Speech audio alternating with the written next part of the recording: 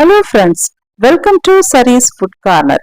நாம இன்னைக்கு ரொம்ப ஈஸியா, ரொம்ப குயிக்கா, ரொம்ப சிம்பிளா செய்யக்கூடிய அவல் பாயசம் கொஞ்சம் டிஃப்ரெண்டா எப்படி பண்றதுன்னு பார்க்கலாம். அதுக்கு முன்னாடி எங்க சேனலை இது வரைக்கும் சப்ஸ்கிரைப் பண்ணாதவங்க சப்ஸ்கிரைப் பண்ணிக்கோங்க. பக்கத்துல இருக்கிற பெல் ஐக்கான பிரஸ் பண்ணிக்கோங்க. அப்பதான் நாங்க போற வீடியோ உங்களுக்கு நோட்டிபிகேஷன்ல காட்டும். வாங்க இப்ப வீடியோக்குள்ள போலாம். இதுக்கு நான் திக்கவல் தான் எடுத்திருக்கேன். வெள்ளாவல் இல்ல சிவப்பவல் எது வேணாலும் எடுத்துக்கலாம். அரை கப் அளவுக்கு நான் வெள்ளாவல் திக்கவல் எடுத்திருக்கேன். எடுத்துட்டு இதை நம்ம உப்புமா ரவை பதத்துக்கு மிக்சியில போட்டு நம்ம அரைச்சிக்கலாம். இந்த அளவுக்கு இருக்கணும். இது இருக்கட்டும். இப்போ ஒரு பேன் வச்சுக்கலாம். அதுல ஒரு 2 டீஸ்பூன் அளவுக்கு நெய் விட்டுக்கலாம். அதுல கொஞ்சமா முந்திரி சேர்த்துக்கலாம். முந்திரி சேர்த்துட்டு கொஞ்சம் முந்திரி கலர் சேஞ்ச் ஆகிற அளவுக்கு வறுத்துக்கோங்க. வறுத்துட்டு அதுல உலர் திராட்சையும் சேர்த்துக்கோங்க. சேர்த்துட்டு உலர் திராட்சை நல்லா குண்டு குண்டா வர அளவுக்கு நல்லா வறுத்துக்கோங்க. அதுல வறுத்துட்டு நம்ம அரைச்சி வச்சிருக்கிற இந்த அவலை இதுல சேர்த்துடலாம்.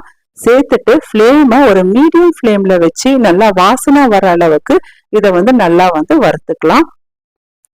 இந்த மாதிரி வறுத்துக்கோங்க. கலர் இந்த அளவுக்கு உங்களுக்கு சேஞ்ச் ஆகும். இந்த அளவுக்கு வந்த உடனே நீங்க தண்ணி சேர்த்துக்கலாம். அரை கப் அவலுக்கு நான் 2 கப் தண்ணி சேர்த்துக்கிறேன்.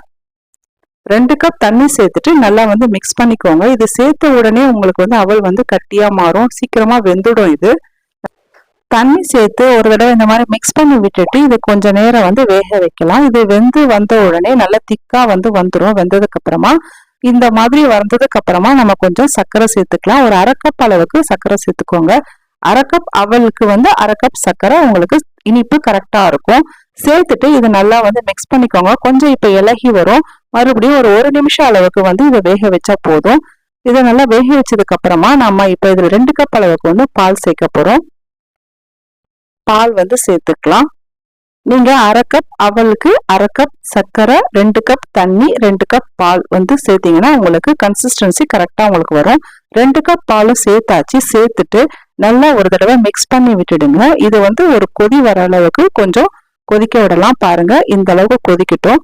இந்த அளவு கொதிச்சதுக்கு அப்புறமா நாம இதுல கொஞ்சமா ஏலக்காய் தூள் சேர்த்துக்கலாம் வாசனைக்கு. சேர்த்துட்டு நல்லா மிக்ஸ் பண்ணி விட்டுட்டு இதுக்கப்புறமா நம்ம ஸ்டவ் ஆஃப் பண்ணிடலாம். நல்லா அவல் பாயசம் ஒரு சூப்பரா, ரொம்ப குயிக்கா, ரொம்ப சிம்பிளா உங்களுக்கு ரெடி ஆயிடுச்சு. கன்சிஸ்டன்சி இந்த அளவுக்கு இருந்ததுன்னா உங்களுக்கு கரெக்டா இருக்கும். இது கொஞ்சம் ஆறுனதுக்கு அப்புறமா கொஞ்சம் உங்களுக்கு கட்டியா மாறும். அவல் பாயசம் முழுசா பண்றதை விட இந்த மாதிரி ரவா பதத்துல பண்ணும் போது டேஸ்ட் ரொம்பவே சூப்பரா இருக்கும். பூஜா டேஸ்ல ரொம்ப ஈஸியா இதை பண்ணிடலாம். கண்டிப்பா நீங்களும் உங்க வீட்டுல இதே மாதிரி ட்ரை பண்ணி பாருங்க. ட்ரை பண்ணி பார்த்துட்டு எப்படி இருக்குன்னு கமெண்ட்ல சொல்லுங்க. இந்த வீடியோ உங்களுக்கு பிடிச்சிருந்தா எங்க சேனலை நீங்க மறக்காம லைக் பண்ணுங்க, ஷேர் பண்ணுங்க, சப்ஸ்கிரைப் பண்ணுங்க. இதே மாதிரி வேற ஒரு வீடியோல பாக்குறேன். நன்றி, வணக்கம்.